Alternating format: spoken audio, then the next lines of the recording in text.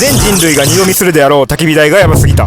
焚き火する時の煙が多いとか、焚き火で十分に温まることができない、そういったお悩みありませんか？そんな問題を一発で解決してくれる焚き火台がこれ、UM ファイヤーピット。8枚のパネル構造の圧倒的にかっこいいデザインの焚き火台で、市販の薪がそのまますっぽり入るサイズ感。重量は約 5.5kg。この焚き火台二次燃焼構造で煙が少ないし、手前のパネルを外せば焚き火を眺められるし、残りのパネルがリフレクターとして活躍してくれます。薪を縦に入れるから高火力で燃えてくれて廃処理も簡単。焚き火料理で活躍することく付き。さらにオプションで 9mm 厚の鉄板があって複数の穴があるので余分な油を落としてくれる優秀な鉄板。ハンドル付きでヘラ代わりにもなるし、水の掃除もできる。さらに炭焼きオプションもあります。焚き火の炎で炭起こしも簡単。小餅ししゃも美味しかった。この焚き火台の詳細が気になる方はキャプション欄をチェック。